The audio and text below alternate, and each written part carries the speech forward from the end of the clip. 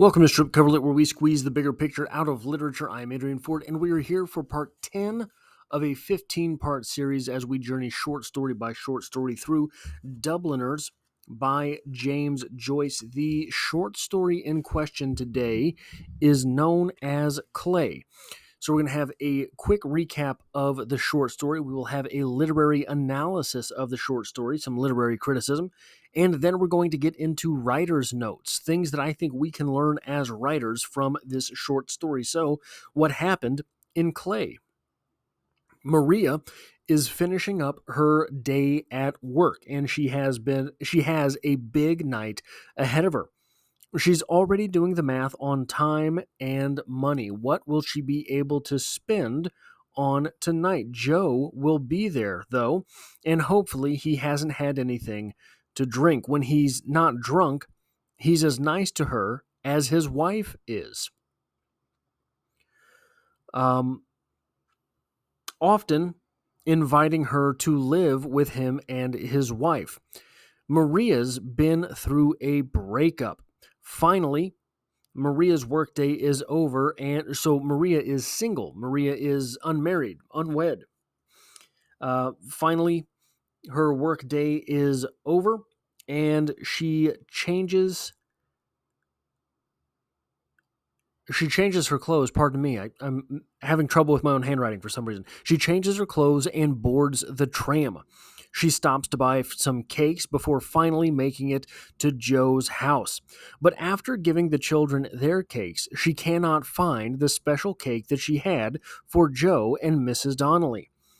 But the merriment continued anyway until the time comes for Maria to receive her present. So they blindfold her, and she gropes about before finding herself the owner of a brand new prayer book. The gift that the family had gotten for Maria was a book of prayers. Miss Donnelly then suggests that Maria will join the convent before the year is out.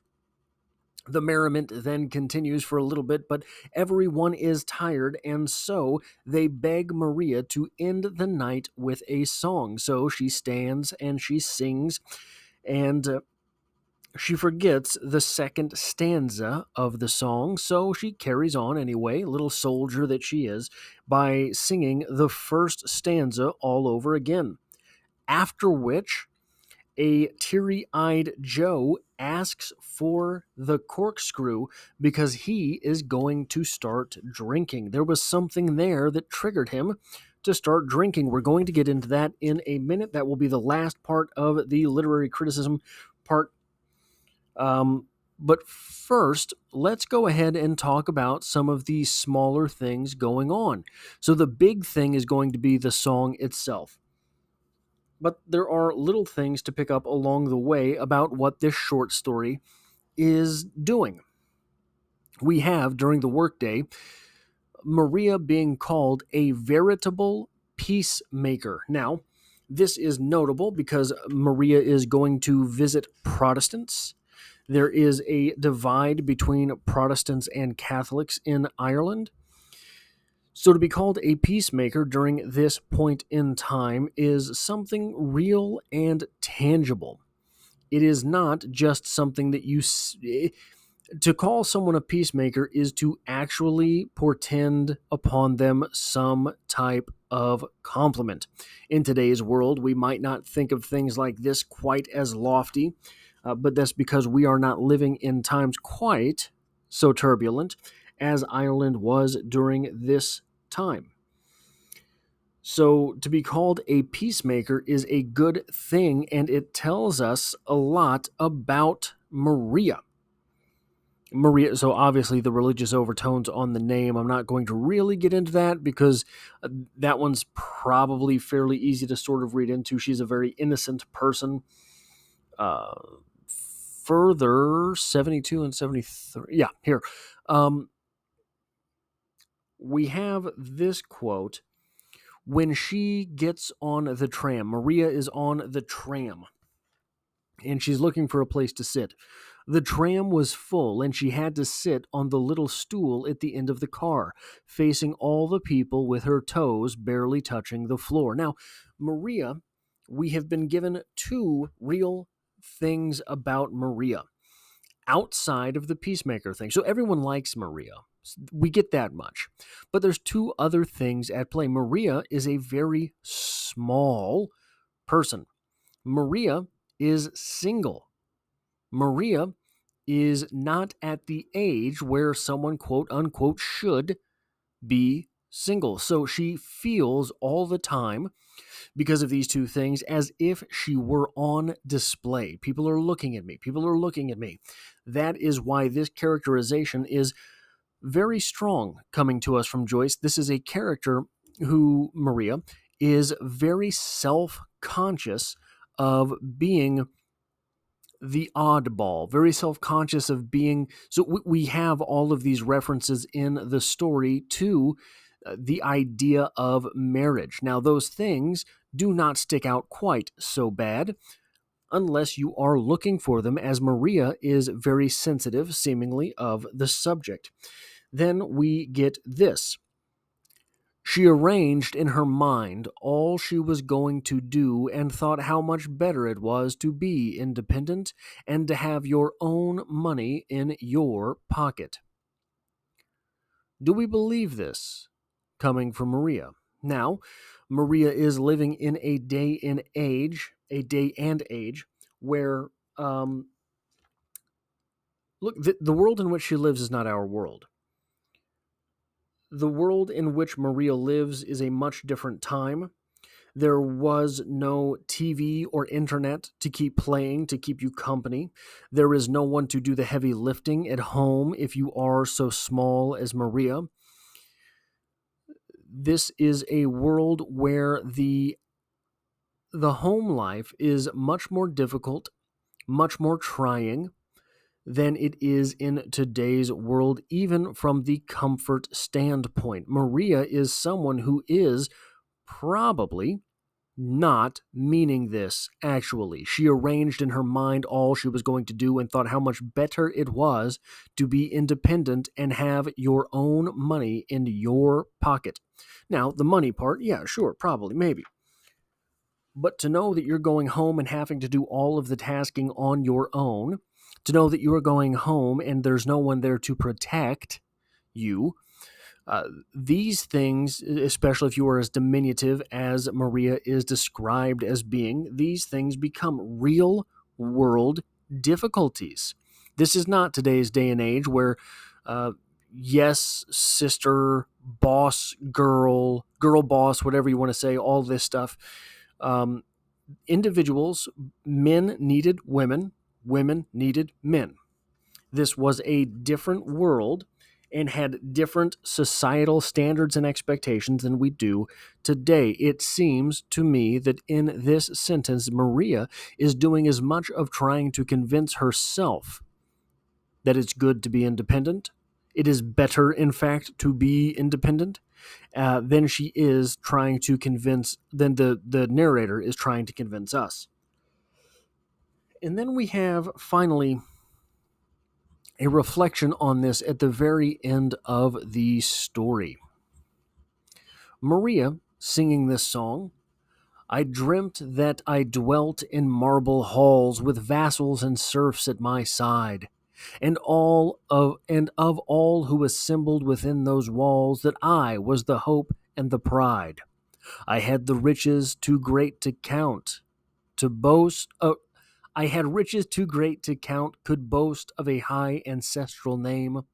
But I also dreamt, which pleased me most, that you loved me still the same. That is the first stanza of this song. Now, Maria forgets the second stanza of this song, forgets what it is. I don't remember the second stanza of that song, and so she goes ahead and sings the first stanza again, after which no one mentions her mistake, but Joe, who's so nice to her, Joe, dear old Joe, is teary-eyed and asks someone to get him the corkscrew. He needs to start drinking. This guy who is so nice to Maria when he's sober, but maybe he's not the greatest guy in the world when he's drunk, has decided that what he just saw made him need a drink. What was it that he just saw? What was it that Maria had left out of this song? I dreamt I dwelt in marble halls, with vassals and serfs at my side, and of all who assembled within those walls, that I was the hope and the pride. I had riches all too great to count, and a high ancestral name. But I also dreamt, which pleased me most, that you loved me still the same. That you loved me still the same. That you loved me still the same. And here we go with the second verse. I dreamt that suitors sought my hand, that knights upon bended knee, and with vows no maiden's heart could withstand, that pledged their faith to me. And I dreamt that one of that noble host came forth to claim my hand. We have here Maria living in this place where um, she is doing her best not to recognize the pain in which she is living. She is doing her best not to recognize those things around her which will become more trying in time. She is doing her best not to live in that painful place that she knows is there. Jo sees this, her absence of a relationship, that she is becoming an old maid. Jo sees this, sees her mental slip thereabout, and it makes him sad. She's living in denial of the pain that is.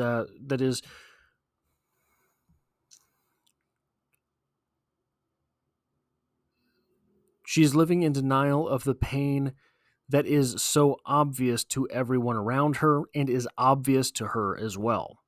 That is where Maria is living. So we have some writer's notes here as well, I think, to talk about.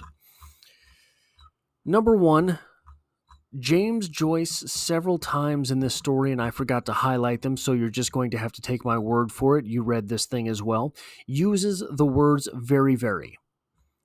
She was very, very small. She had a very, very long nose. She had a very, very long chin. I can't find them here. Maria was a very, very small person. And these are the words that he uses to describe her very, very several times. Now, we get a good quote on this from Mark Twain, who said, "Substitute damn every time you're inclined to write the word very. Your editor will delete it, and the writing will be just as it should be." Meaning that if you're describing something with very, she had a very long chin. You might as well say she had a damn long chin. Your editor probably will not strike out the word very. But if you replace it with damn and you say she had a damn long chin, your editor is going to say you don't need that word. Very is one of these words that is almost invisible, but still it weakens our writing. She had a long chin. Okay, great. We can see that. She had a very long chin. Now we're wondering, where is the point that a long chin becomes a very long chin? Is there something after a very long chin? An extremely very long chin?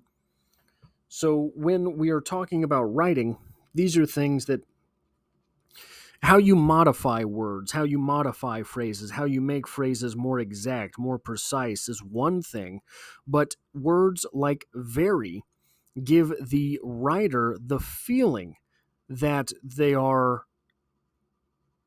enhancing the reader's experience, but they are not. The next thing I want to say here, this quote here, quote, "There was a great deal of laughing and joking during the meal. Lizzie Fleming said Maria was so sure to get the ring, and, though Fleming had said that for so many Hallow Eves, Maria had to laugh and say she didn't want any ring or man either.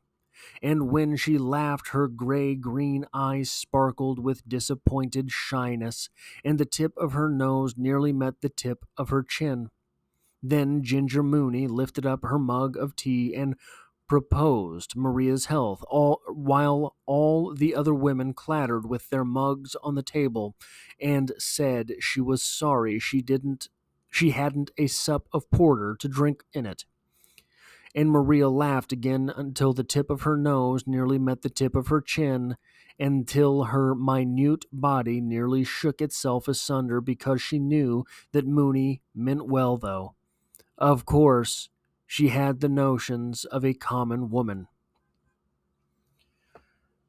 There's so much going on in this very small paragraph. Very, very small paragraph. Not a small paragraph, but this, there is almost fantasy novel level world building going on here. I don't know who Lizzie Fleming is, but it doesn't matter because she adds one line of dialogue, everyone reacts, and we move along. I don't know who Ginger Mooney is, but it doesn't matter because she's kind of the burly lady, and we get that from what she says and how she gestures, and we move right along. We understand that it's Hallow Eves, and we might understand what getting the ring is and is about. It doesn't particularly matter because it is slipped in there so seamlessly as to not inhibit the story. And then we get description of Maria. The tip of her nose nearly met the tip of her chin when she laughed. Maybe it's a little bit of a caricature and we're looking at a witch on Hallows Eve, but we have characterization. Maria Maria laughed again until the tip of her nose nearly met the tip of her chin, until her minute body nearly shook itself asunder because she knew that Mooney meant well, though. Of course, she had the notions of a common woman. So we even have here Maria willing to look the fool, Maria willing to be made fun of. This is one of the things that makes her so likable for other people. She's willing to laugh along at her own expense. But we even get her judgment calls at the end of it. Ginger Mooney, she meant well, but she still thought like a common woman. We can't have that. She still thought like a common woman. I'm Maria, no common woman. So the level of mastery just in these few lines here. This is what separates someone like James Joyce from your run-of-the-mill sort of short storyist, your run-of-the-mill writer. And studying things like this are really how we get ourselves ahead while writing. There's no wasted words here. There are words that might not lead directly to the ending of the story, which you won't find in Hemingway, but this is not a maximalist type of writing. The final thing I want to say here is I really enjoy the way that James Joyce writes women. I think that James Joyce understands and is pointing out that women are better at living in the future than are men. Men, we kind of get sidetracked too much because we think, oh, well, this is good, this is great. We'll chase this for a little while. We'll work on this for a little while. And I think that the future gets away from us. We have here Maria, who is in the middle of her workday counting her money because she knows she has a big night ahead of her. She has things that she wants to do, and she starts plotting on the money that she has. She starts saying, okay, well, where can I go? What can I do with this money? I've got gifts to buy, things like that. She is going through the motions of her day while here is off in the night. Her brain is off in the night while her body is still there at work. James Joyce has done that a couple different times during this Dubliners collection of short stories, and I think he does a really good job at it. That is all I have for this, the 10th of a 15-part series. This video will be in two playlists, the Dubliners playlist as well as the short story discussions playlist here on the channel. If you enjoy or appreciate what I do, hitting the like button really does help me out here on the channel, as it tells YouTube to share this video with other literature lovers. And if you find yourself here by chance but not design, consider hitting the subscribe button in order to stick around for more. There is poetry every Monday. There are novel read-alongs, short story read-alongs, etc., etc., and I hope to have you back for the next one.